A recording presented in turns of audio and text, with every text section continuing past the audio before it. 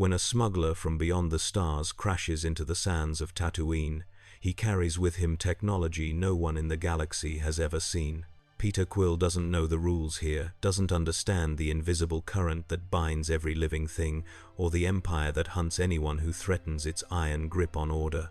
He only knows he's stranded, alone, and that the rift that tore him from his universe is still out there, growing stronger, waiting to devour entire systems if no one can find it first. Jabba the Hutt sees profit in his strange weapons. Imperial agents see a threat that must be erased.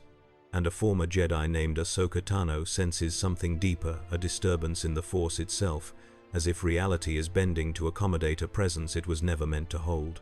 Can a man who doesn't believe in destiny survive a galaxy where the Force decides everything? The twin suns of Tatooine burned above the dune sea like the eyes of an indifferent god, their light carving shadows from sand and stone.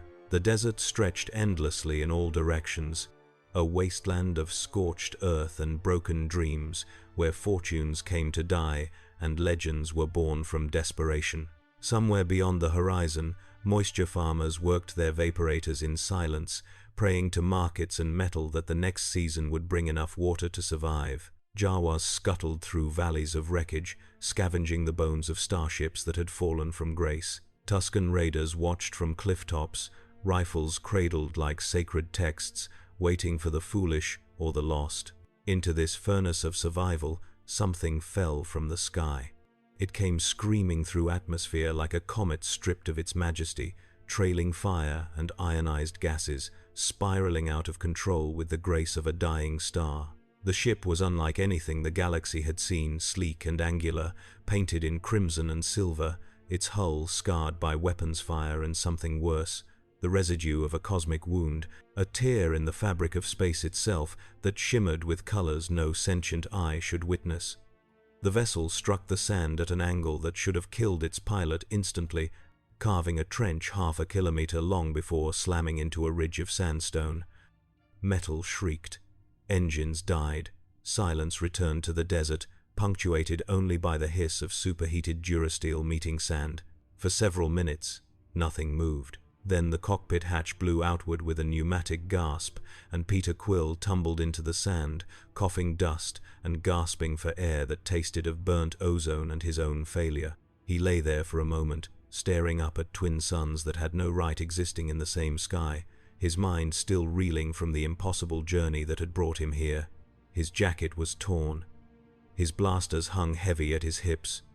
The metal mask that had saved his life in the void now felt like a cage against his face, and he tore it off, letting it fall beside him. "Rocket's gonna kill me," he muttered, pushing himself upright. His body ached in places he'd forgotten existed. If Gamora doesn't do it first. The Milano lay behind him like a wounded animal, smoke rising from ruptured coolant lines, the hull cracked and scorched. One wing had sheared completely off during impact. The other hung at an angle that made his stomach turn. Everything he owned, everything that mattered, was aboard that ship, and now it was scrap metal bleeding hydraulic fluid into alien sand. Quill stood slowly, testing his weight, wincing as his ribs protested. Nothing broken, nothing he couldn't walk off. He'd survived worse. He'd survived Ronan. He'd survived his own father trying to reshape the universe with him as a battery. Compared to that, crashing on a desert planet barely registered. Except this wasn't just any desert planet. The realization hit him as he turned in a slow circle, taking in the landscape. The architecture in the distance, low domes and moisture collectors, was wrong.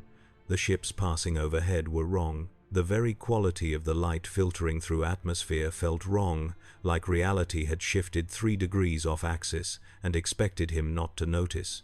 The anomaly had done this. That impossible tear in space that had opened near nowhere, swallowing asteroids and starlight, pulsing with energy that made his celestial blood scream warnings in languages he didn't speak. He'd tried to fly around it. The Milano had other ideas. One moment he'd been charting a course back to the Guardians. The next, space had inverted like a glove turned inside out, and he'd been falling through colors and screaming and something vast watching from beyond comprehension. And then, sand. Twin suns, a galaxy that felt simultaneously ancient and newborn. Quill activated his helmet's scanners, watching alien script scroll across the inside of his mask before he remembered he'd thrown it down. He bent to retrieve it, brushing sand from the tech, and tried again. The readout flickered, struggling to parse atmospheric composition and stellar positioning against databases that suddenly meant nothing. Unknown stellar configuration, unknown planetary designation, unknown galaxy. "Oh, you've got to be kidding me." The words died in the desert air. Quill stood there, holding his helmet like it might offer answers beyond its broken sensors, feeling the weight of isolation settle over him like a burial shroud. He'd been lost before, lost between stars, lost between families, lost between who he was and who he pretended to be. But this was different. This was a lostness that went beyond navigation, beyond distance. This was existential displacement, and it tasted like copper and despair. A sound reached him then, carried on wind that smelled of sand and engine grease, the distant whine of repulsor lift engines growing closer. Quill's hand dropped to his blaster, muscle memory overriding thought. He'd learned young that when you crash-landed on a strange world, the locals were rarely interested in offering directions and a hot meal. More often, they wanted your ship, your gear, your life, sometimes in that order. He backed toward the Milano's wreckage, eyes scanning the horizon, tracking the sound as it resolved into multiple vehicles approaching fast from the east. They crested a dune in a spray of sand. 3 land speeders, weathered and patchwork, bristling with scavenged weapons and crewed by figures wrapped in desert rags. Jawas, his brain supplied, though he had no idea how he knew that word. Small humanoid shapes with glowing eyes, chattering in a language that sounded like binary code run through a meat grinder. They circled the crash site like predators assessing prey, keeping their distance, weapons trained on him with the casual confidence of scavengers who'd seen 1,000 wrecks and knew how to strip them clean. One speeder broke formation, drifting closer, and a taller figure stood from the passenger seat, not a Jawa, but something else. Human, maybe. Or human adjacent. Hard to tell with the goggles and mask. The figure raised a hand, palm out. Not hostile, not friendly either. Just a gesture that said, "Stay where you are, stranger, and nobody has to bleed today." Quill kept his hand on his blaster but didn't draw. "Look," he called out, trying for the universal tone of reasonable man having a bad day. "I know how this looks. New ship, weird crash, expensive gear, but I'm just passing through. Ship's wrecked. I'll salvage what I can and get out of your hair. No trouble." The Jawas chittered amongst themselves, a sound like arguing mice. The masked figure lowered his hand slowly and spoke in a voice muffled by desert raps. "That vessel. Where did you acquire it?" "Built it myself," Quill lied smoothly, because the truth stolen from the Ravagers, rebuilt with blood and credit, powered by tech that shouldn't exist, would only complicate things. "Freelance salvage and transport. Name's Quill, Peter Quill. Star-Lord," he added, because old habits died hard. More chittering from the Jawas. The masked figure turned to confer with them, and Quill caught fragments of their debate, words like off-world and contraband, and something that sounded like hut. That last one made his stomach drop. He'd dealt with crime lords before. They came in all shapes and sizes and species, but they shared certain traits. Greed, cruelty, and a profound dislike for freelancers who refused to bend the knee. The masked figure turned back. The Jawas claim salvage rights, but they are concerned. That ship carries markings they do not recognize, technology they cannot identify. Such things attract attention. Imperial attention. Imperial, Quill repeated flatly. Right. And that would be bad because, even through the mask, he felt the weight of the stare. "You truly are not from this sector." "You could say that." Quill glanced back at the Milano, calculating. The ship was dead, but the components were worth a fortune to anyone with half a brain and access to a black market. The weapons alone could fund a small army, and if there were Imperials, whatever that meant, sniffing around for unauthorized tech, he was sitting on a magnet for trouble. "Look, I'm willing to negotiate. You help me get to the nearest port, somewhere I can send a message off-world, and you can have the ship. Fair trade." The Jawas erupted into excited chatter. The masked figure raised a hand again, quieting them. "The nearest port is Mos Eisley, 300 kilometers north, but a man like you, carrying those weapons, flying that wreck. You would not survive the cantinas long before someone decided you were worth more in pieces." "Story of my life," Quill muttered. "There is another option." The figure stepped down from the speeder, approaching slowly, hands visible. Up close, Quill could see the wear on the gear, the way fabric had been patched and repatched, the scars on exposed skin. This was someone who'd survived by being smarter than the desert wanted them to be. Jabba the Hutt controls most trade through the Outer Rim. If you seek passage off Tatooine, you need his permission, or his ships. And what does this Jabba want in return? Everything. The word hung in the air like a sentence. Quill looked back at his ship one more time, feeling the weight of decisions he'd been making his whole life. Run or fight, compromise or burn bridges, play the game or flip the table. He'd spent decades learning when to do which. The fact that he was still alive meant he'd guessed right more often than not. "All right," he said finally, "take me to your hut." The Jawas cheered. The masked figure inclined his head, almost respectful, and gestured toward the land speeders. As Quill climbed aboard, trying not to think about how Rocket would mock him for getting captured by Muppets in a desert, he noticed something strange about the sky. The twin suns were setting, painting the dunes in shades of amber and crimson, and beyond them, stars were beginning to emerge, constellations he didn't recognize, galaxies he'd never charted, a sky that was beautiful and wrong in equal measure. Somewhere out there, his family was looking for him. Gamora would be furious. Rocket would be building something explosive. Groot would be worried in his simple, profound way. Drax would be, well, Drax would probably be eating and missing the point. But they weren't here. Here, Peter Quill was alone in a galaxy that didn't know his name, didn't care about his past, and would probably kill him before the week was out unless he learned its rules fast. The speeder lurched into motion, pulling away from the crash site. Behind them, the Milano settled deeper into sand, already half buried, already becoming part of the desert's collection of broken things. Ahead, the last light of day painted the horizon in blood and gold, and somewhere in that vastness, in domed palaces and criminal enterprises, waited a Hutt who collected the lost and the foolish. Peter Quill had been both his entire life. Maybe this galaxy would be different, or maybe it would be exactly the same. The speeder carved through dunes as darkness fell, and overhead, unfamiliar stars began their ancient watch, indifferent to the stories unfolding beneath them. The Force, though Quill had no name for it yet, no understanding of the current that ran through all living things, stirred like a sleeper waking from long dreaming. It sensed the presence of something new, something that carried echoes of powers from beyond its reach, and it watched with the patient interest of eternity. In the ruins of Jedi temples scattered across the galaxy, in the meditation chambers of the few surviving Force sensitives, in the darkest corners where Sith holocrons whispered their ancient hate, there came a tremor. Not a disturbance, precisely, not a wound, just a sense of wrongness, like a note played off-key in a symphony millennia old. Something had entered the pattern, something that did not belong, and the galaxy, in its slow and terrible way, began to take notice.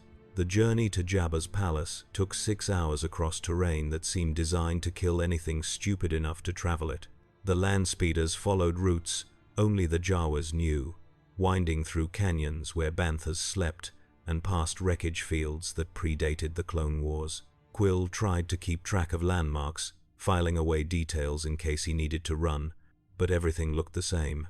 Sand and stone and the distant shimmer of heat still radiating from sun-baked rock. The masked guide who'd introduced himself as Kale, a freelance scout who worked the salvage routes, spent most of the trip in silence, which suited Quill fine. He was too busy cataloging his situation to make small talk. His blasters still had charge, maybe 40 shots each before they'd need power cells. His jacket was environmental weave, good for extremes, but the tear in the shoulder would need patching before exposure became an issue.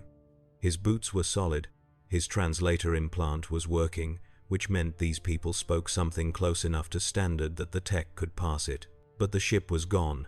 His communicator couldn't reach the Guardians across whatever distance separated this galaxy from his own, and his best chance of survival lay with a crime lord whose reputation preceded him even across dimensional barriers. Quill had grown up hearing stories about the great criminal empires, the Kree hierarchies, the Novacor's enemies, the syndicates that ran the edges of known space. Every galaxy had its underworld, its shadow economy, its necessary evils that kept things running when law became inconvenient. He'd done jobs for some of them, avoided others, learned that the difference between a smuggler and a corpse was often just knowing which boss to never cross. This Jabba the Hutt sounded like that kind of boss. The palace announced itself as a tumor of architecture rising from bedrock. Squat and ugly, all weathered stone and defensive positions, with guard towers manned by figures whose silhouettes suggested violence was a job perk rather than a hazard. The entrance was a massive metal door, adorned with a face that might have been decorative or might have been a camera system. Quill couldn't tell. The whole structure radiated the kind of casual menace that came from centuries of being untouchable. The land speeders slowed as they approached, and Kale raised a hand in some kind of signal. A mechanical eye above the door swiveled, focusing on them with a red gleam that made Quill's skin crawl. Then the eye spoke, voice distorted through speakers older than most civilizations. Kyle responded in a language. Quill's translator struggled with something guttural and phlegmy, with too many consonants. The eye considered this, then the door began to grind open, revealing darkness beyond. "Last chance to reconsider," Kale said quietly. "Jabba does not tolerate fools or failures. If you anger him, you will die badly. If you bore him, you will die slowly. Your only hope is to interest him enough that he sees profit in keeping you alive." "Sounds like my uncle Yondu," Quill muttered, then caught himself. Yondu was dead. Had been dead for years now, dying so Quill could live, proving that even Ravagers could be heroes when it mattered. The memory still hurt like a knife between ribs. They dismounted and entered on foot, the Jawas staying with their speeders. The passage beyond the door was lit by torches that burned with chemical flames, casting shadows that danced like specters. The walls were decorated with trophies, weapons, armor, the skulls of creatures Quill couldn't identify. Each one told a story of someone who'd underestimated the Hutt and paid the ultimate price. Quill's hand drifted toward his blaster again. Kale noticed and shook his head slightly. "Do not draw unless you wish to die immediately. There are 30 weapons trained on you right now, and most belong to beings who enjoy their work." Comforting. They descended deeper into the palace, following corridors that twisted like intestines. The air grew warmer, thick with the smell of alien bodies and spice smoke, and something sweetly rotten that might have been food or might have been decay. Music reached them, a discordant wailing that suggested someone was either torturing an instrument or the instrument was complicit, and the corridor opened into a throne room that could only be described as a study in decadence and threat. The chamber was vast, all shadows and smoke, lit by hanging lamps that cast everything in shades of amber and rust. Beings of a dozen species lounged on cushions and benches, some armed, some clearly enslaved, all watching the new arrival with the kind of interest predators reserved for wounded prey. At the far end of the room, on a dais that elevated him above the assembled court, reclined Jabba the Hutt. He was massive, a mountain of flesh that defied biology and good sense, draped in jewelry and authority. His eyes were small and calculating, set deep in a face that had seen centuries of scheming and survival. One hand, if it could be called, that rested on the armrest of his throne platform, fingers drumming a slow rhythm that might have been thought or might have been digestion. Around his bulk, courtiers hovered, a pale humanoid man in black who radiated cold competence, a green-skinned woman whose leku were adorned with precious metals, a small creature that might have been a translator or might have been lunch. Kale approached the dais and bowed low. He spoke in that phlegmy language again, gesturing back toward Quill. The translator implant caught fragments. Crash, unknown vessel, weapons, profit. Jabba's eyes fixed on Quill like targeting lasers. The Hutt spoke, voice deep and resonant, each word carefully weighted. The translator in Quill's head worked overtime, passing syntax from a language that had evolved without human input. "You are far from home, stranger. Your ship carries technology I do not recognize. Your weapons are of a design that does not exist in Imperial records or in the databases of any known arms manufacturer. You claim to be a salvager, yet you carry yourself like a soldier or a thief." "I'm more of a hybrid," Quill said, trying for casual confidence while his pulse hammered in his ears. "Freelance acquisitions specialist. I go where the jobs are, haul what needs hauling, and try not to ask too many questions." The crash wasn't exactly planned. Nothing ever is. Jabba shifted his bulk, and the entire platform groaned under the redistribution of weight. "Yet here you are, in my domain, carrying items of considerable value. The Jawas wish to strip your vessel and sell the components. My advisors suggest I should question you extensively about where such technology originated. I find myself curious." The way he said question made Quill's stomach clench. He'd been interrogated before by Kree warships, by Nova Corps agents who suspected him of being a Ravager spy, by Gamora. That one time she thought he'd sold her out to Ronan and had been prepared to gut him with her sword before he'd talked his way out of it. But something about the Hutt's tone suggested questioning here involved dungeons and implements with names like the Agonizer or Flesh Render Mach to Seventh. "I'll cooperate," Quill said carefully, "but I'm gonna need something in return. Information, supplies, and eventually a way off this rock. I've got people looking for me, important people. The kind who get cranky when their friends go missing and start making demands that involve heavy firepower and poor impulse control." Jabba's laugh was like a landslide given voice. "You threaten me? In my own palace? You are either brave or brain-damaged, off-worlder. Neither. Just experienced." Quill met the Hutt's gaze, refusing to look away. It was a calculated risk. Some species took eye contact as aggression, others as respect. But he'd learned early that crime lords, regardless of shape, respected backbone more than groveling. "I'm not your enemy, Jabba. I don't want your territory or your profits. I just want to go home. Help me do that, and you can have first pick of any tech from my ship that interests you. Turn me into Rancor food, and you get nothing except a corpse that won't tell you anything useful." The throne room had gone silent except for the labored breathing of the Hutt and the distant music that never quite resolved into melody. Every eye was on Quill, waiting to see if he'd just signed his death warrant or negotiated a stay of execution. Jabba considered, his small eyes never leaving Quill's face. Then he gestured with one massive hand, and the tension broke like a snapped wire. "Bib Fortuna." He addressed the pale man in black. "Show our guest to quarters, comfortable ones. He is not a prisoner, yet. But neither is he free to wander. If he attempts to leave the palace grounds without my permission, kill him. If he touches anything of mine, kill him. If he annoys me, feed him to the Rancor." The man, Bib Fortuna, apparently bowed and gestured for Quill to follow. As they exited the throne room, Quill could feel Jabba's gaze on his back like a physical weight, and he knew with absolute certainty that he'd just rolled dice with his life as the stakes. The quarters were surprisingly nice, a small chamber with a bed, a wash station, and a window that overlooked the Dune Sea. Spartan, but clean. Better than some cantina floors he'd crashed on. Bib Fortuna left without a word, and Quill heard the door lock behind him. A soft magnetic click that said, "You're not a prisoner, but try to leave, and we'll see how that goes." He crossed to the window, leaning against the sill, staring out at sand and stars. The twin suns had fully set now, and the night sky was a riot of unfamiliar constellations. He tried to find patterns, connect dots, orient himself, but it was like trying to read a book in a language that shared no alphabet with any he'd learned.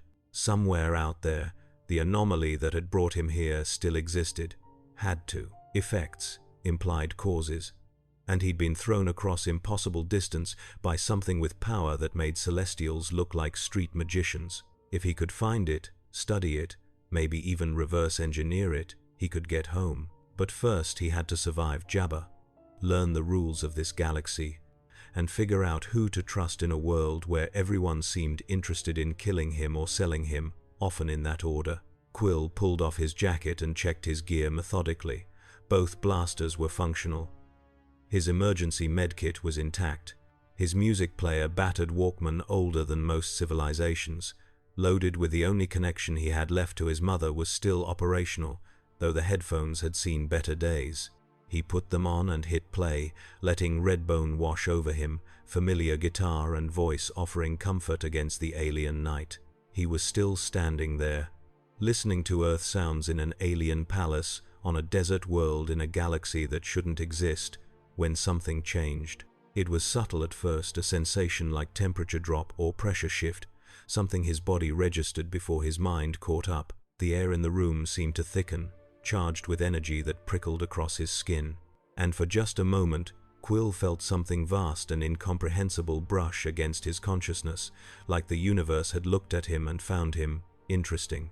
The sensation passed as quickly as it came, leaving him gasping and confused, wondering if it had been real or just the after effects of dimensional travel finally catching up to him. Outside his window, the stars continued their patient wheeling, and the desert wind carried sand and secrets across dunes that had witnessed 10,000 stories of strangers arriving and never leaving. Peter Quill turned away from the window and stretched out on the bed, hands behind his head, staring at a ceiling that was too low and too alien and too real. He'd crashed on strange worlds before. He'd survive this one too, or die trying. Either way, it would make one hell of a story. Morning came with heat that hit like a physical blow, turning the palace into an oven with stone walls. Quill woke to find someone had left food outside his door, bread that tasted of grain he couldn't identify, and fruit that was probably safe to eat if the lack of tentacles was any indication. He ate mechanically, washing it down with water that tasted faintly metallic, trying to formulate a plan that went beyond survive today. Bib Fortuna arrived as he was finishing. Jabba wishes to inspect your vessel. You will accompany us. It wasn't a request. They traveled in a skiff, this time a flat repulsor platform crewed by guards who looked like they'd eat him for entertainment if given permission. The flight back to the crash site took less time than the previous journey, and Quill saw why. Without the need to follow ground routes, they could cut straight across the wastes. The desert unfolded beneath them like a crumpled canvas, all ridges and valleys, shadows and glare. The Milano was exactly as he'd left it, except now it was surrounded by Jawas who'd set up a small encampment, already cataloging components. They scattered as the skiff descended, chattering protests that Bib Fortuna silenced with a gesture. Jabba hadn't come personally. Crime lords rarely did house calls to inspect merchandise, but he'd sent representatives. Fortuna, a weakway enforcer who carried a force pike like it was an extension of his spine, and a protocol droid that looked like it had been assembled from 3 different models and held together with spite. Quill led them through the wreckage, showing them systems, explaining functions in vague terms that suggested competence without revealing too much.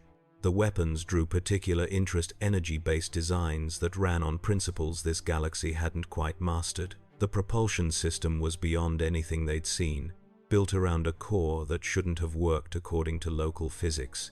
Even the hull material was exotic, alloys that defied standard analysis.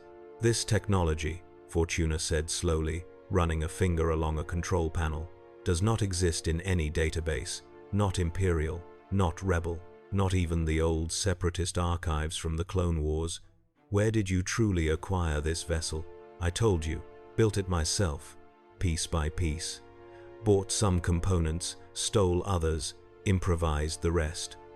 I'm good with machines. All true, technically, just not the whole truth. The protocol droid whistled and beeped, and Fortuna's expression went cold. You lie. The molecular composition of these alloys suggests manufacturing techniques that have not been developed in this galaxy. You are not from the Outer Rim. You are not from the core worlds. You are not from any system we know. Quill's hand drifted toward his blaster before he could stop himself. 3 guards immediately trained weapons on him, and Fortuna smiled without warmth. Do not compound your mistakes, off-worlder. Jabba is many things, but patient with deception is not among them. If you wish to leave this planet alive, you will explain exactly what you are and where you came from. Now, the moment stretched taut as a drawn wire. Quill could feel futures branching, lie again and die, fight and die, run and die slowly, or tell the truth and pray it was strange enough to be interesting rather than threatening. "All right," he said finally, raising his hands slowly, carefully. "But you're not gonna believe me. Try us."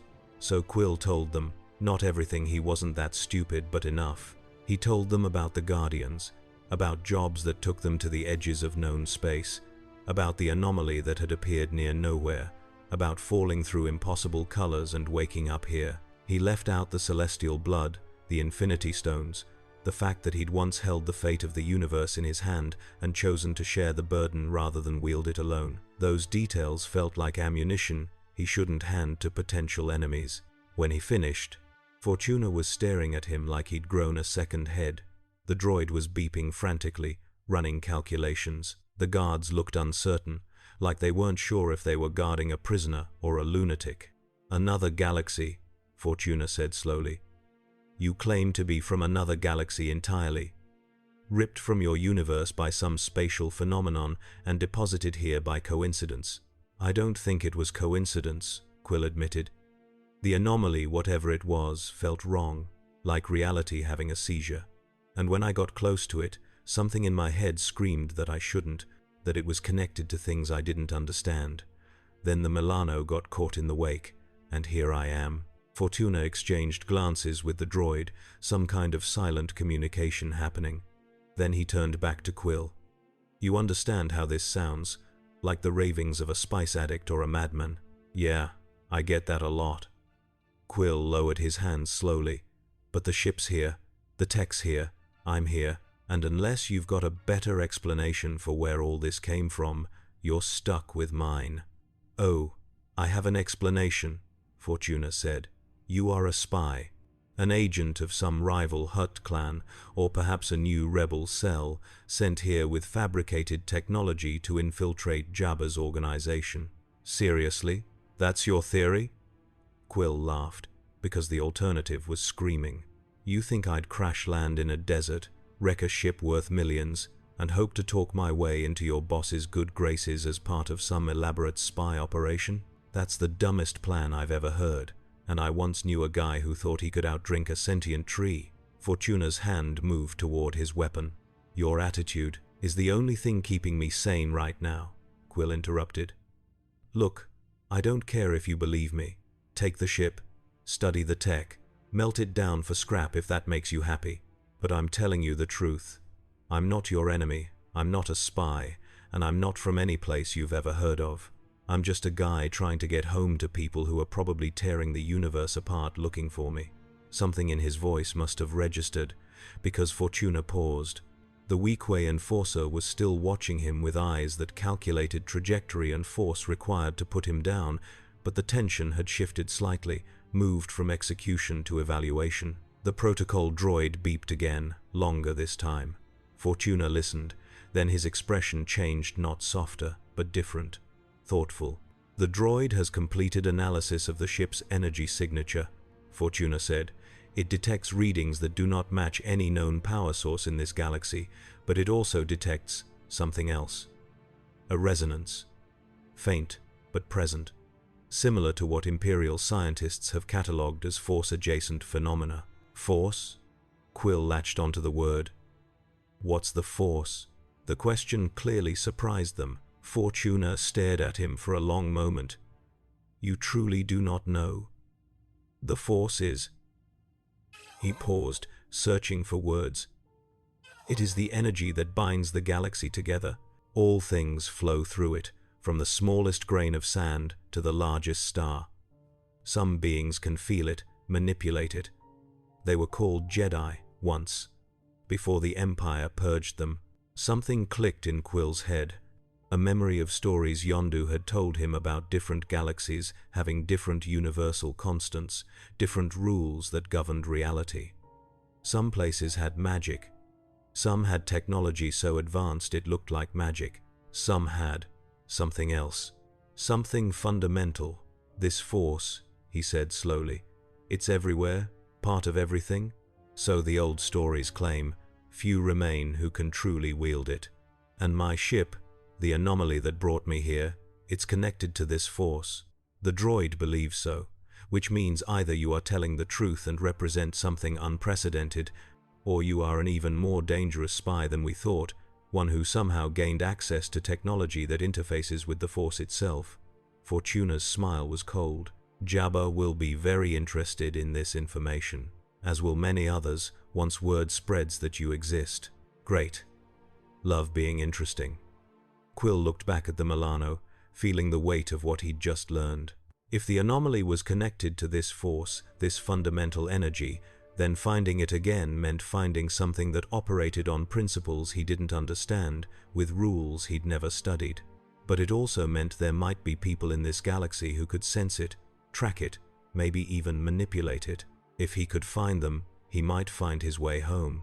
The skiff ride back to the palace was quiet, each passenger lost in their own calculations. Quill stared out at the desert, watching moisture farmers work their distant vaporators, watching banthas move in slow herds, watching shadows lengthen as the suns tracked across sky. This galaxy was beautiful in its own harsh way, full of life, adapted to extremes, civilizations built on compromise with hostile environments. He wondered if the Guardians were looking at stars right now, wondering if he was alive or dead or scattered across some unknown corner of space. Rocket would be angry, channeling grief into rage and explosives. Gamora would be focused, already planning rescue missions with military precision. Drax would want to fight whoever had taken Quill, consequences be damned. Groot would know somehow, would feel the absence like a severed branch and wait with infinite patience for Quill to find his way home. The thought hurt worse than broken ribs. They reached the palace as afternoon heat peaked, and Quill was escorted back to his quarters where he spent the rest of the day alternating between pacing and staring out the window. No one came to question him further. No one brought food or water. The silence was its own kind of interrogation, designed to wear him down, make him anxious, keep him off balance. Quill had spent enough time in holding cells to know the technique. He ignored it as best he could. Using meditation tricks, Gamora had taught him breathing exercises that centered the mind and slowed the heart. It wasn't much, but it was better than spiraling into panic. Night fell again, and with it came sounds, music from the throne room, laughter that had cruel edges, the roar of something massive and hungry from somewhere beneath the palace. Quill lay on his bed and listened to the audio of his mother's voice on his Walkman, an old recording he'd saved, her reading him a story about brave explorers who ventured into unknown lands and found magic there. He'd never found magic. Only science that looked like it if you squinted. But maybe in this galaxy, the distinction didn't matter. Maybe here, the impossible was just another word for unexplored. Sleep came eventually, fitful and full of dreams where he fell through colors and watched galaxies burn like candles in the void while something vast and patient watched from behind the curtain of stars. 3 days passed in the same pattern.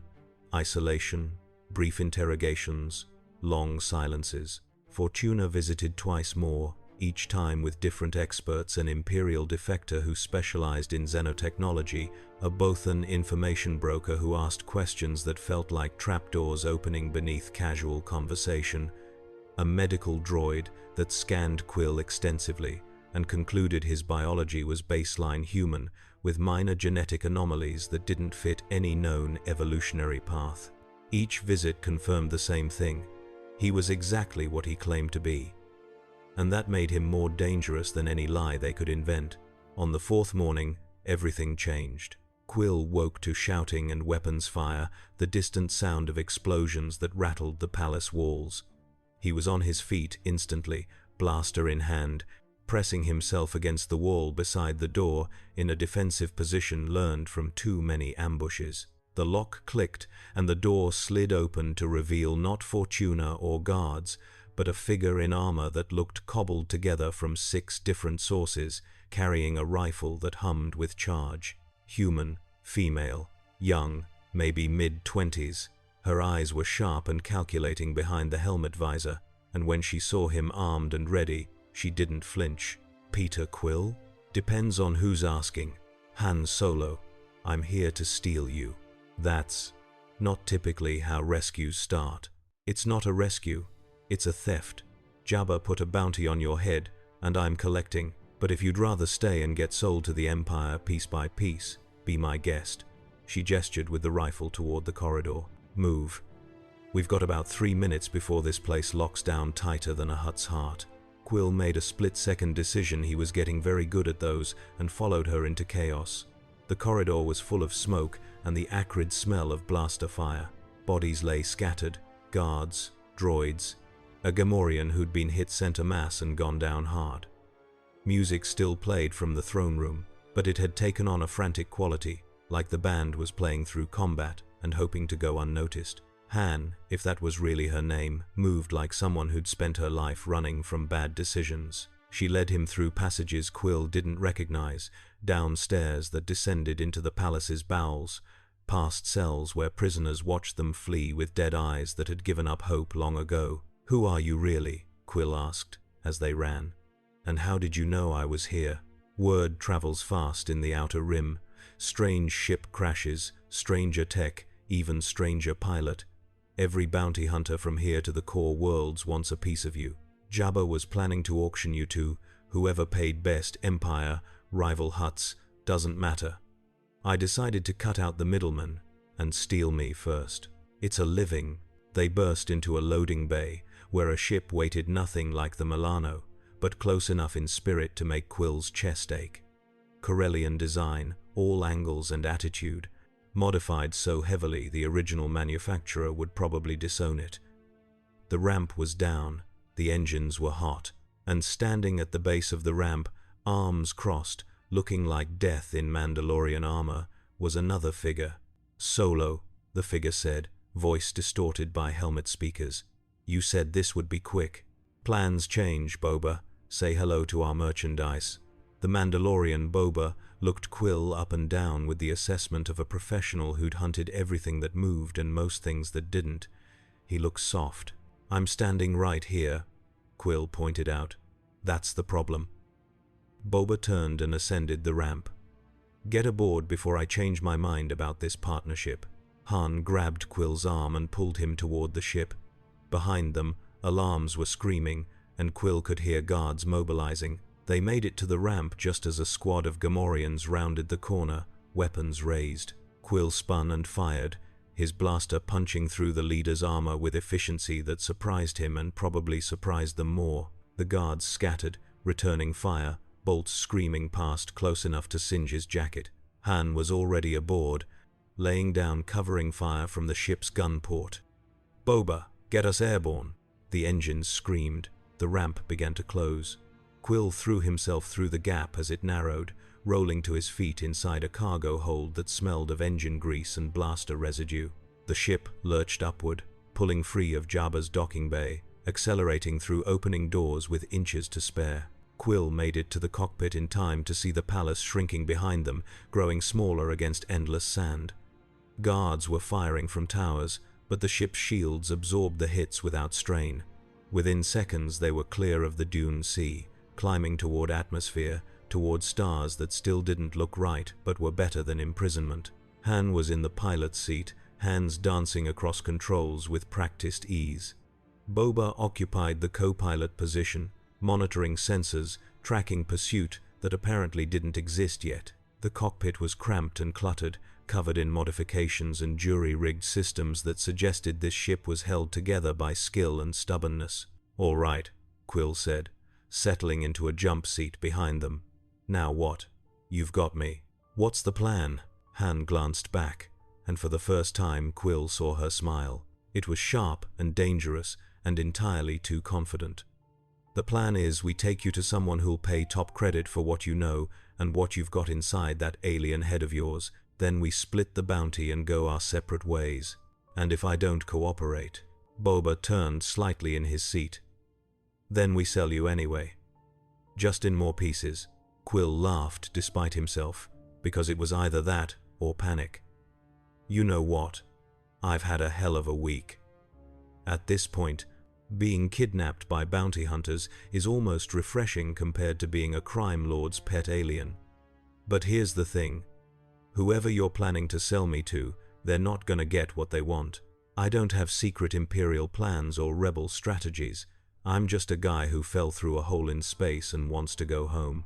That's what makes you valuable, Han said, pulling the ship into a steep climb that pressed Quill back into his seat. You're not from here. You represent something new. And new is always profitable, one way or another. They broke atmosphere in a roar of engines and ionized gases, leaving Tatooine's twin suns behind. The stars ahead were unfamiliar as ever, but now they were within reach, no longer trapped on a single world. Quill watched the desert planet shrink to a marble, then to a mote, then to nothing as the ship accelerated toward whatever came next. So, where are we going? He asked. Mos Eisley first, Han said.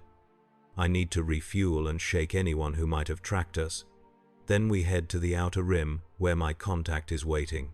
And who is this contact? Someone who understands the Force better than most.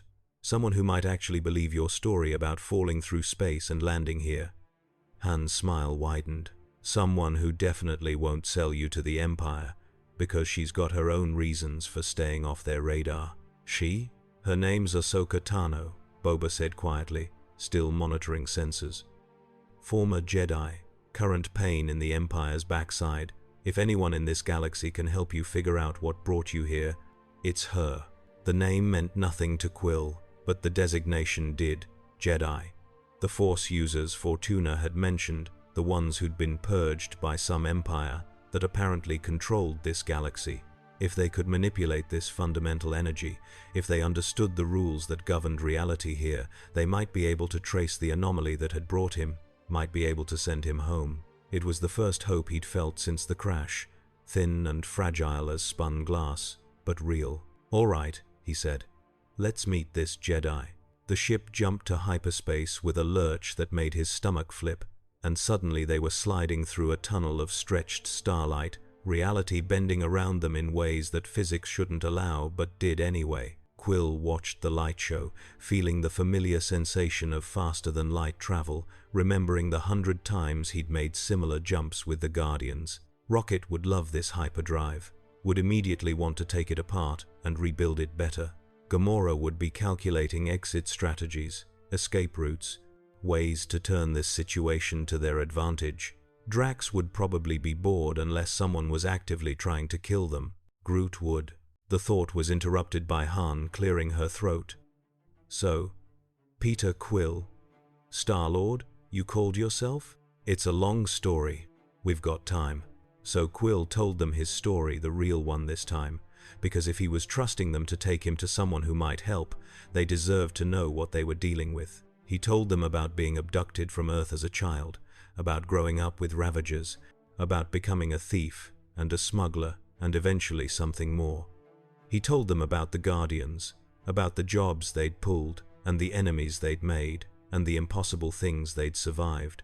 He didn't tell them everything, some secrets were too dangerous to share, but he told them enough. When he finished, Han was staring at him like she was recalculating everything she'd assumed. Even Boba had turned slightly in his seat, attention fixed on Quill in a way that suggested professional interest had become something more personal. So you saved your galaxy, Han said slowly. Stopped some ancient evil from destroying everything. And your reward was getting kicked into ours. Pretty much. That's the worst prize ever.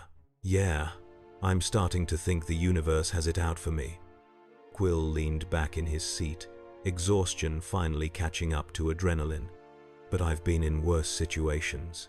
Once spent 3 weeks in a Kree prison cell with only Drax for company. Nearly drove me insane, and I'm the one who likes to talk. This is just another Tuesday. Han laughed, and the sound was genuine.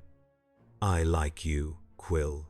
You're either the bravest man I've ever met, or the dumbest. I haven't decided which. Can't it be both? Usually is. The ship dropped out of hyperspace near Mos Eisley, and Quill got his first real look at civilization in this galaxy. The spaceport sprawled across desert like an infection, all landing pads and cantinas and warehouses that probably trafficked in things legal and otherwise. Ships of every configuration filled the docks, freighters, fighters, personal transports that ranged from luxury to barely functional. It looked like nowhere without the skull, a place where deals were made and broken, and blood washed away with the morning tide. Han guided them to a private landing pad on the edge of town, far from Imperial patrols and prying eyes. They touched down with barely a bump, and the engines cycled to standby mode, ticking as they cooled. "We stay here 2 hours," Han said, unbuckling.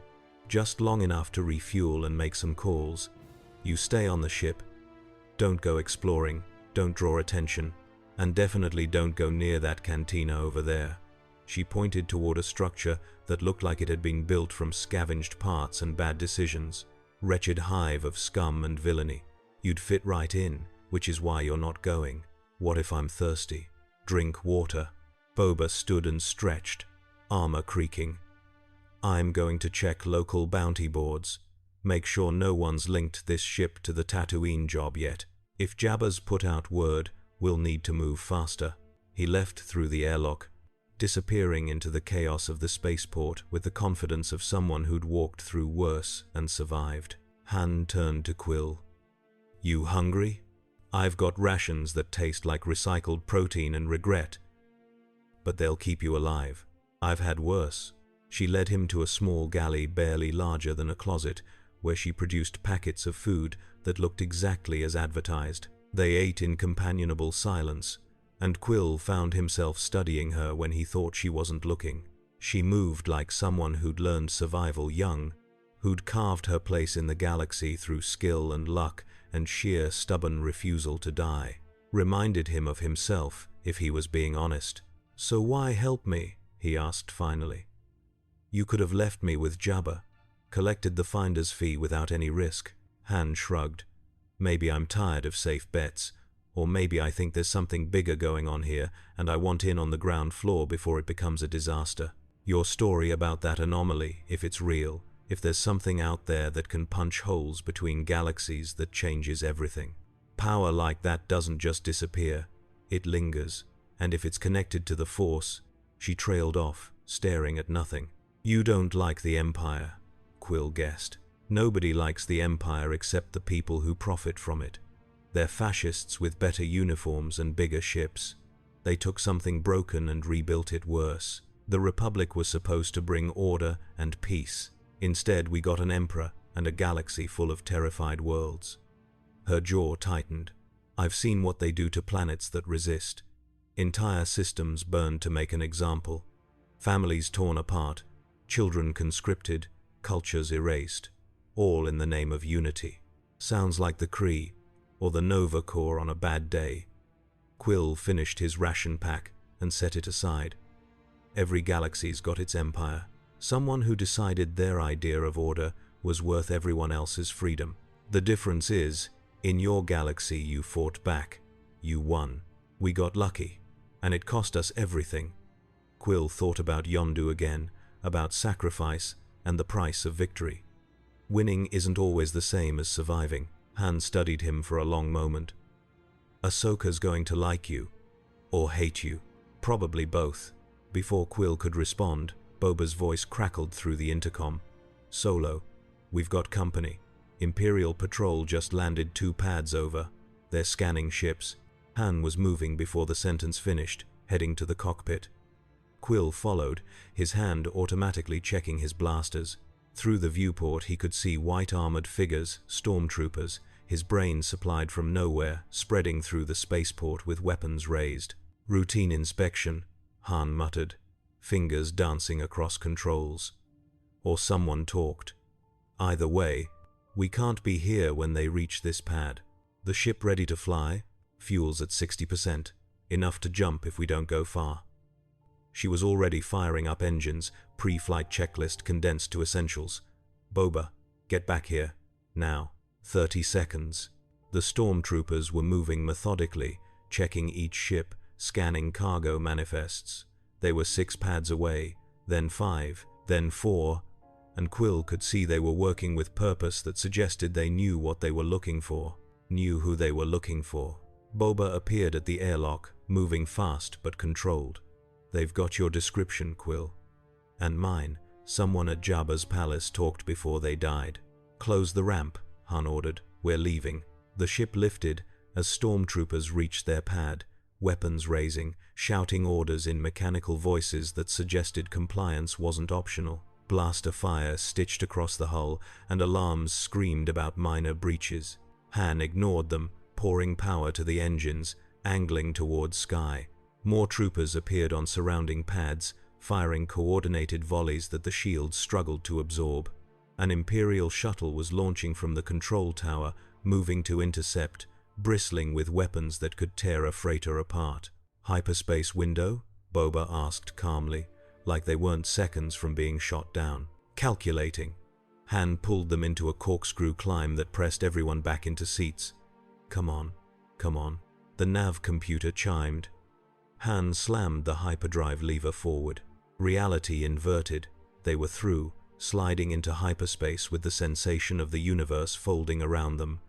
Behind them, Mos Eisley and Tatooine and the pursuing Imperial forces stretched into lines of light and were gone. Quill exhaled slowly, heart still hammering. "So that was fun." "That was Tuesday," Han corrected. "And now the Empire knows you exist, which means every bounty hunter, every informant, every sensor net between here and the core is going to be looking for you.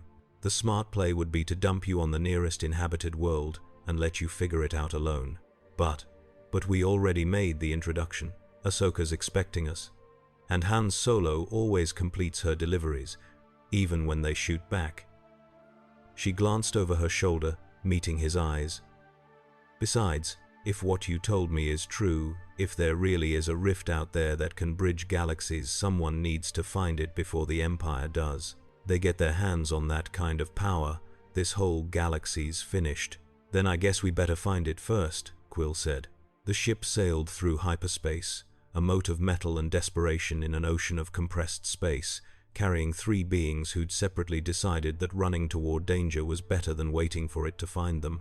Outside, in real space left behind, the Empire mobilized its resources. Sensors tracked the jump vector. Analysts compiled data. Officers issued orders that rippled through command chains from Mos Eisley to star destroyers in orbit to the high command rooms of Coruscant. Somewhere in the cold void between stars, the anomaly pulsed with energy that predated civilization, patient and terrible, and absolutely certain that what it had begun would reach its inevitable conclusion. And in hidden temples and forgotten places where the Force ran strong, those sensitive to its currents felt a disturbance growing, not a wound, not a threat, but something new. Something unprecedented. The galaxy shifted around the arrival of Peter Quill, adjusting to accommodate his presence the way reality adjusted to accommodate miracles and disasters. It did not yet know which he would prove to be. The jump lasted 6 hours, long enough for exhaustion to catch up to adrenaline. Quill dozed fitfully in the cargo hold, using his jacket as a pillow, dreaming of stars that moved wrong and voices calling from behind curtains of light. He woke to Han shaking his shoulder, her expression serious. "We're approaching the rendezvous point. You'll want to be awake for this."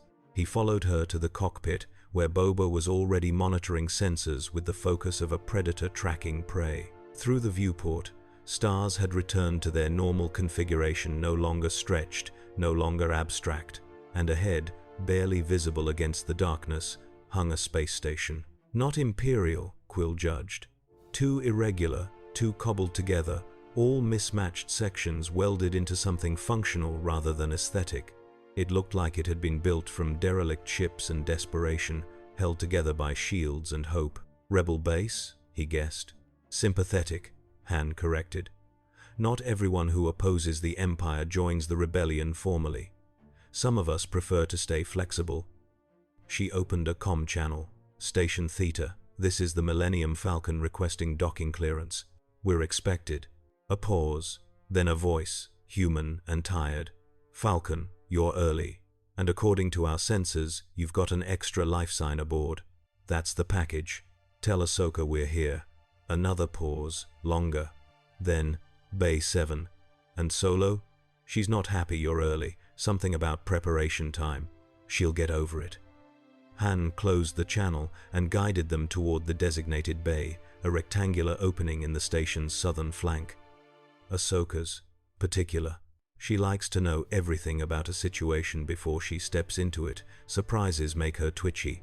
Former Jedi, current fugitive, Quill said, remembering. Can't blame her for being careful. They docked with barely a shudder, and the airlock cycled. Han, Boba, and Quill descended the ramp into a bay that was clean and organized, maintained with military precision despite the patchwork nature of the station itself. A small welcoming committee waited, 2 guards with blaster rifles, a Twi'lek mechanic who immediately began eyeing the Falcon with professional interest, and a woman. She stood apart from the others, arms crossed, wearing clothing that might have been civilian or might have been disguised dark pants, lighter tunic, boots designed for movement. Her lekku were marked with patterns that suggested age and experience, her face stern but not unkind. And when her eyes found Quill, he felt something shift, like being seen by someone who looked deeper than surface. Ahsoka Tano, Han said, approaching with the confidence of someone who'd worked with her before. Meet Peter Quill, also known as Star-Lord, also known as the biggest pain in Jabba the Hutt's backside since you declined his job offer. Ahsoka's gaze never left Quill. She studied him for a long moment, and he had the uncomfortable sensation of being read like an open book in a language he didn't speak. Then she stepped forward, her hand rising, palm out, not threatening, not welcoming, just feeling. You're human, she said slowly, but wrong. Offset. Like a piece from a different puzzle forced into a space that doesn't quite fit. Story of my life, Quill said, trying for humor to cover the unease her scrutiny caused. I've never really belonged anywhere. No. Ahsoka's hand dropped. This is different. You don't just feel out of place. You feel displaced. Like reality itself had to adjust to accept your presence here. Her expression sharpened. Han said you have a story that explains the impossible. I'd like to hear it. So, for the 3rd time, Quill told his story. But this time was different. Ahsoka listened without interrupting, her focus absolute, and Quill found himself including details he'd skipped before the sensation of falling through the anomaly. The colors that hurt to remember, the feeling of being watched by something vast that existed outside conventional space. When he finished, the bay was silent, except for the distant hum of station systems. Ahsoka had gone very still, her eyes distant, like she was seeing something beyond the physical. The Force, she said finally, is not merely energy. It is the fundamental fabric that binds all living things across space and time. Most beings experience it as destiny, as intuition, as the occasional sensation that something is about to happen. Those trained in its use can manipulate it, guide it, even see through its current to perceive past and future. She turned to look directly at Quill. But the Force has limits. It exists within this galaxy, connecting the beings here. It does not extend to other galaxies except as the faintest whisper across impossible distance. What you describe an anomaly that ripped you from your universe and deposited you here should not be possible. The Force does not work that way. And yet here I am, Quill said. Yes, here you are. Ahsoka began to pace, her movement measured. Which means either the Force has changed in ways I don't understand, or something else is at play. Something that can manipulate reality on a scale beyond even what the ancient Jedi achieved at their height. The weapon, Boba said quietly from the corner where he'd been listening. The Emperor's project. The rumors about a superweapon that can destroy entire planets. Could that be connected? No. Ahsoka shook her head. That's about destruction, not displacement. This is something else. Something. She paused, eyes widening slightly. Something old. The word hung in the air like a prophecy. How old? Quill asked. Before the Republic, before the Jedi Order, before recorded history. Ahsoka's voice had gone soft, almost reverent. There are legends in the oldest Jedi texts, stories deemed too dangerous to study, Knowledge locked away in vaults the Council forbade anyone from opening.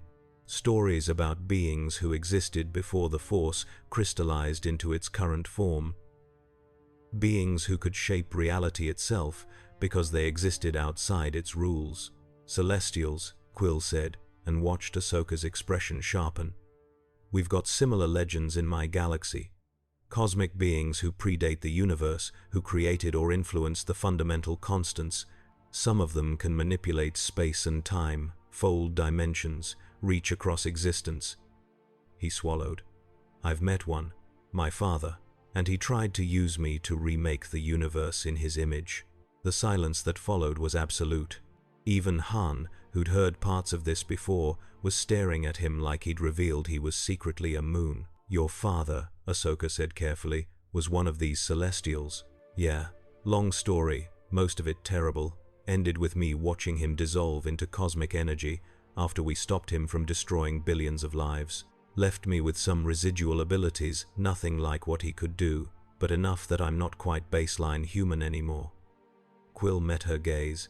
So, if this anomaly is connected to something like that, something on that cosmic scale, I might be the only person in your galaxy who has any experience dealing with it.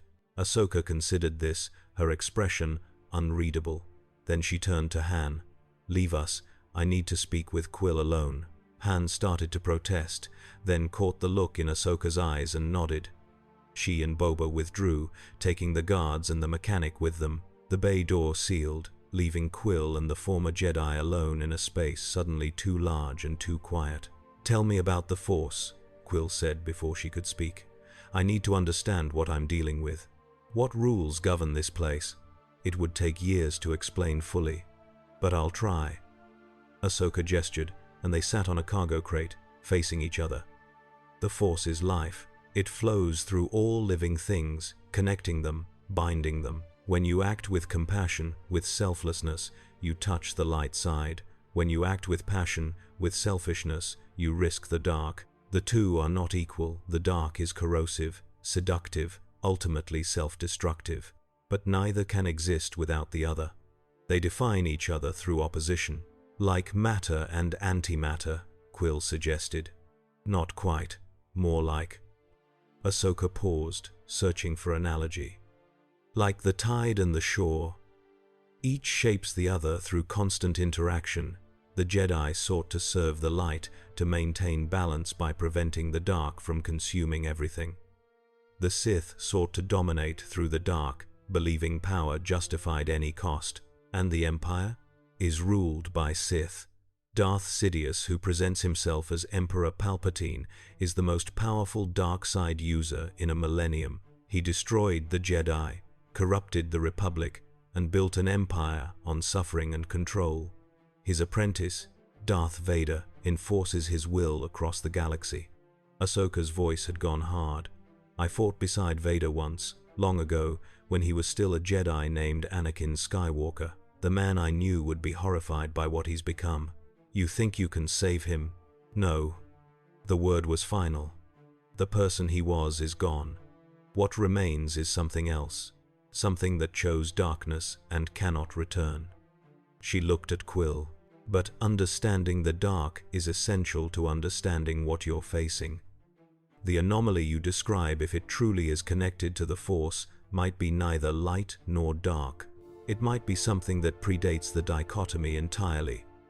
Raw force, unfiltered, unbound by the rules that govern Jedi and Sith. Quill felt a chill despite the station's climate control.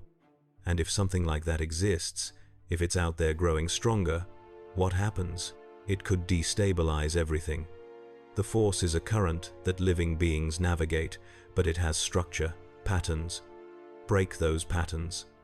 Ahsoka spread her hands. Imagine if gravity suddenly became optional, or if time ran backward.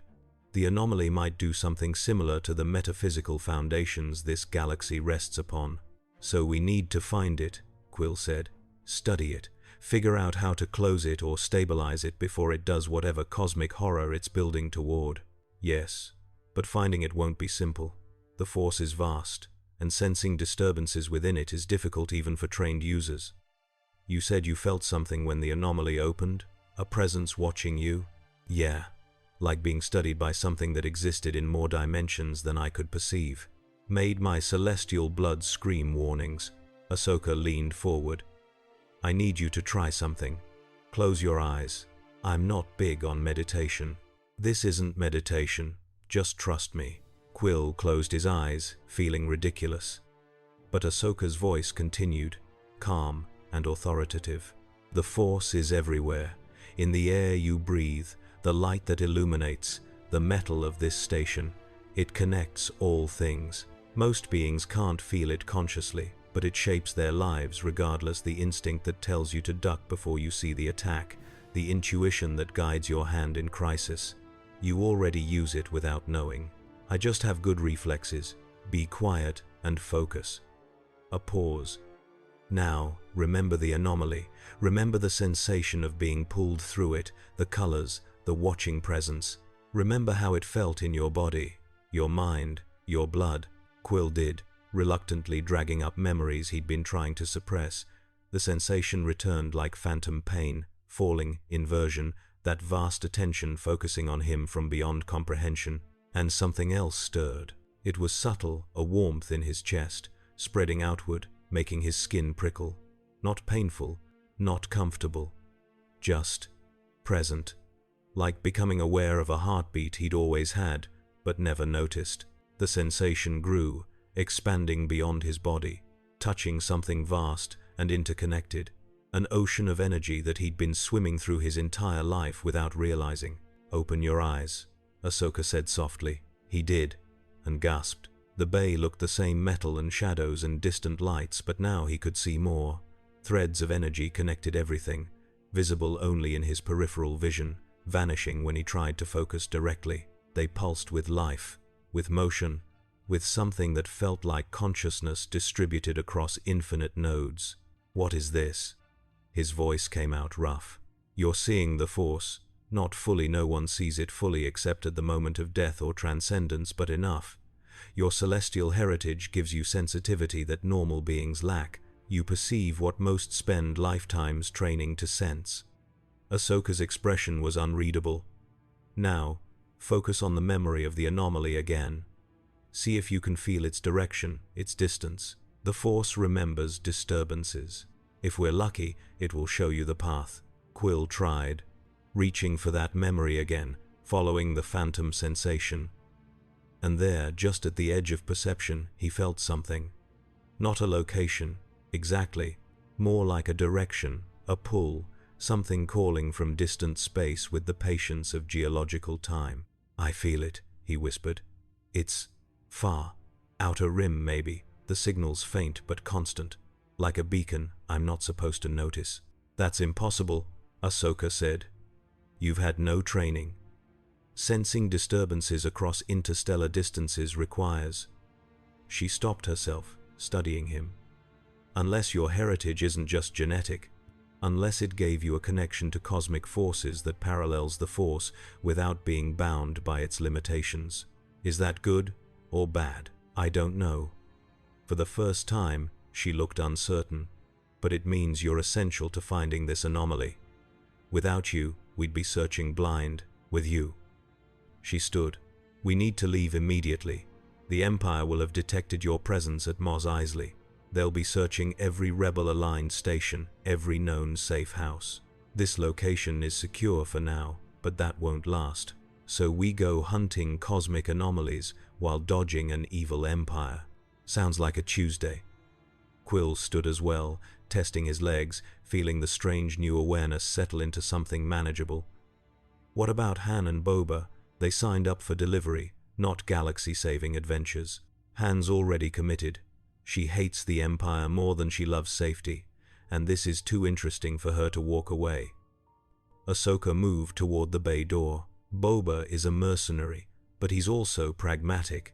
He knows if the Force destabilizes, his business model collapses. He'll see this through. At least until we find the anomaly. The door opened, revealing Han and Boba waiting in the corridor beyond. They straightened as Ahsoka approached. We're going hunting, Ahsoka said without preamble. Quill can sense the anomaly's location. We follow his lead, Find the source and determine what we're dealing with before the Empire does. I'll need the Falcon, supplies for a month, and access to any intelligence you have on recent spatial disturbances in the Outer Rim." Han's grin was sharp. "Now it's getting interesting. When do we leave?" 2 hours. Sooner if possible." They scattered to prepare, Han and Boba to provision the Falcon, Ahsoka to coordinate with Station Command and gather resources, Quill to stand there feeling overwhelmed by how quickly his life had become someone else's problem to solve. He found a quiet corner of the station and sat, pulling out his Walkman, putting on the headphones. The music was Earth rock from decades before he was born, familiar and comforting, a connection to a home that might as well be in another universe for all the distance separating him. His mother's voice whispered in his memory, "Be brave, Peter. The universe is vast and strange, but you're stranger." He'd spent his life proving that right, stumbling from disaster to triumph and back again, saving galaxies by accident and losing everything that mattered in the process. And now here he was, billions of light years from everything he knew, chasing cosmic phenomena with people who might become allies or might become corpses depending on how the next few weeks played out. "The Force," Ahsoka had said, "the energy that binds all things." Quill felt it now, that vast current, moving through the station and the people within it, connecting him to strangers in ways he'd never been connected before. It was beautiful and terrible, and entirely too much like responsibility. He'd signed up to be a thief, not a hero, but the universe kept forgetting that detail. "All right, Mom," he whispered to the memory and the music. "One more impossible mission, then maybe I can finally go home."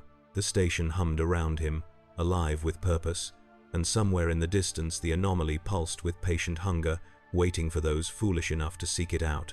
They departed, Station Theta under cloak of night, or whatever passed for night in space, slipping away from the station's protective shadow and accelerating toward the coordinates Quill's strange new sense had provided. The Falcon handled like a dream, all power and responsiveness, and Han flew her with the practiced ease of someone who'd lived in the cockpit for years. Quill sat behind Ahsoka in the jump seat, watching instruments he didn't fully understand display information in languages his translator handled poorly. Boba occupied the gunner's position, monitoring sensors for pursuit that thankfully hadn't materialized yet. "The Empire's spread thin," Han explained as they made the first jump. "Too many systems to control, too many rebel cells popping up. They focus on high-value targets and let the rest slide unless something big catches their attention." "And we're something big," Quill said. "You're something unprecedented. Once word gets back to Coruscant that someone with your tech and your story exists, they'll throw everything at capturing you. The Emperor collects Force-sensitive beings like trophies. You'd make an interesting addition to his collection. I'd rather not find out what being collected entails." They jumped 3 more times over the next 12 hours, following the pull Quill felt growing stronger with each course correction. The anomaly was drawing them, or they were drawing closer to it, distinction blurred when dealing with cosmic forces that might or might not be conscious. During the jumps, Ahsoka worked with Quill, teaching him basics of Force awareness that came surprisingly easy. She had him practice sensing objects without looking, predicting dice rolls, feeling the emotional states of others aboard. Each exercise revealed that his celestial heritage had given him advantages. Untrained though he was, he could perceive patterns and possibilities that took Jedi years to master. "Your father wasn't bound by mortality or linear time," Ahsoka mused during one session. "He existed in a state of quantum possibility, able to perceive and manipulate multiple realities. You inherited echoes of that ability. When you touch the Force, you're not just sensing the present, you're glimpsing probability clouds, potential futures collapsing into now. That sounds impressive, but feels like having a headache in 4 dimensions simultaneously. It will become natural with practice. The Force is patient with those who respect it." Han called back from the cockpit. "We're approaching the coordinates, dropping out in 3, 2. Reality snapped back into focus, and suddenly they weren't in empty space anymore. The anomaly hung before them like a wound in creation, a tear roughly spherical but constantly shifting, edges writhing with colors that shouldn't exist. It pulsed with rhythm, not heartbeat, not mechanical. Something between, and looking at it directly made Quill's vision swim. Energy arced from its surface in lightning patterns, dissipating into space where physics decided they shouldn't. Around it, debris floated, asteroids broken into geometric fragments, derelict ships torn apart by forces that had ignored structural integrity, clouds of frozen atmosphere from some unfortunate vessel that had gotten too close. All of it circled the anomaly in orbits that defied conventional gravity. "Force, have mercy," Ahsoka breathed. "It's bigger than I thought." And the energy signature. She was working controls frantically. "This reads like concentrated force energy, but wrong, inverted, like antimatter but for metaphysical structures." "Can we get closer?" Quill asked, unable to look away from the thing. It called to him, recognized something in his blood, sang promises in languages predating speech. "Not safely." Han kept the Falcon at maximum sensor range, engines ready for immediate escape. "Those debris fields suggest anything that gets within 5,000 kilometers gets shredded. And I'm reading energy spikes that could fry our shields if they hit directly. Then we scan from here." Ahsoka activated every sensor the Falcon possessed, recording data that would mean nothing to most analysts, but might reveal patterns to someone trained in force theory. "Quill, can you sense anything? Any impression of what this is, or what created it?" He closed his eyes, reaching out with that new awareness, letting it flow toward the anomaly. The sensation was immediate and overwhelming. Vast intelligence examining him in return, curious but not hostile, patient as entropy. And beneath that attention, he felt purpose. The anomaly wasn't random. It had been created deliberately, positioned here for reasons that touched on mathematics he couldn't parse. "It's a gateway," he said slowly, words coming from somewhere beyond conscious thought, not just a tear. "A deliberate opening between layers, dimensions. I don't have words for what I'm sensing, but someone or something made this intentionally. And it's growing, not fast, but constant. Give it another month, and it'll be twice this size. 6 months, and it'll be visible from half the outer rim. Then we need to close it," Ahsoka said. "Can you do that?" "I don't know. Force users can manipulate energy, redirect it, sometimes seal wounds in the fabric of reality when dark rituals go wrong. But this..." She gestured at the anomaly. "This is beyond anything I've trained for. I'd need resources, knowledge from the old Jedi archives, possibly even artifacts that were destroyed when the temple fell." A proximity alarm shrieked. Boba's voice cut through. "Incoming." 2 Imperial fighters, closing fast. "How?"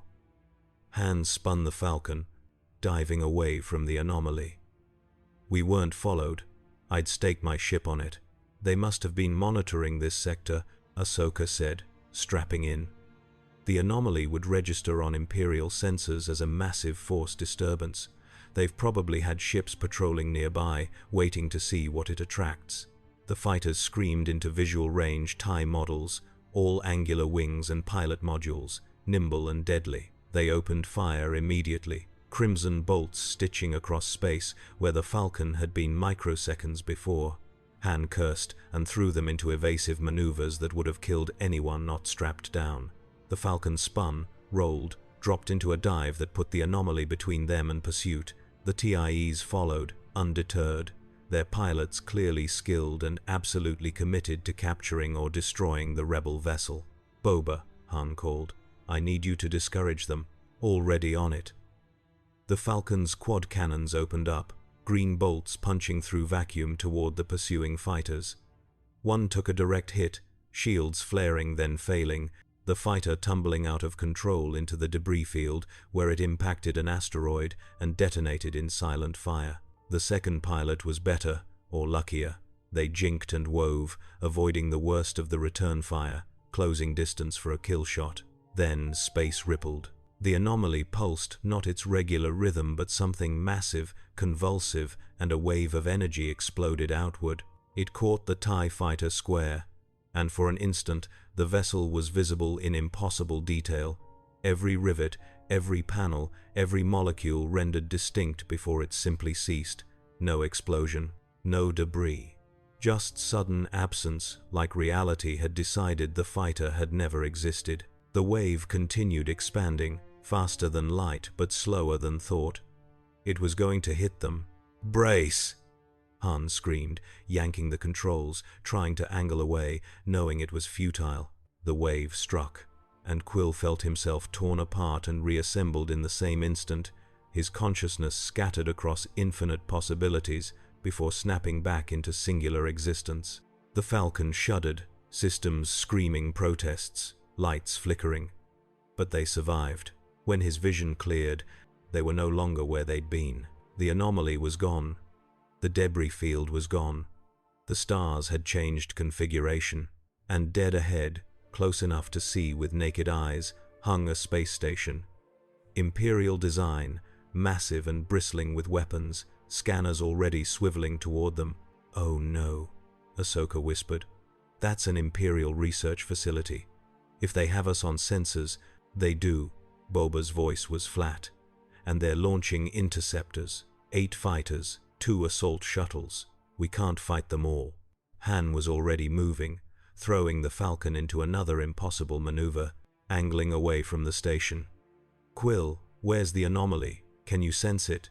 He tried, reaching out desperately, searching for that familiar pull. There behind them, beyond the station, maybe 10,000 kilometers distant. "It's still here, just on the other side of that facility.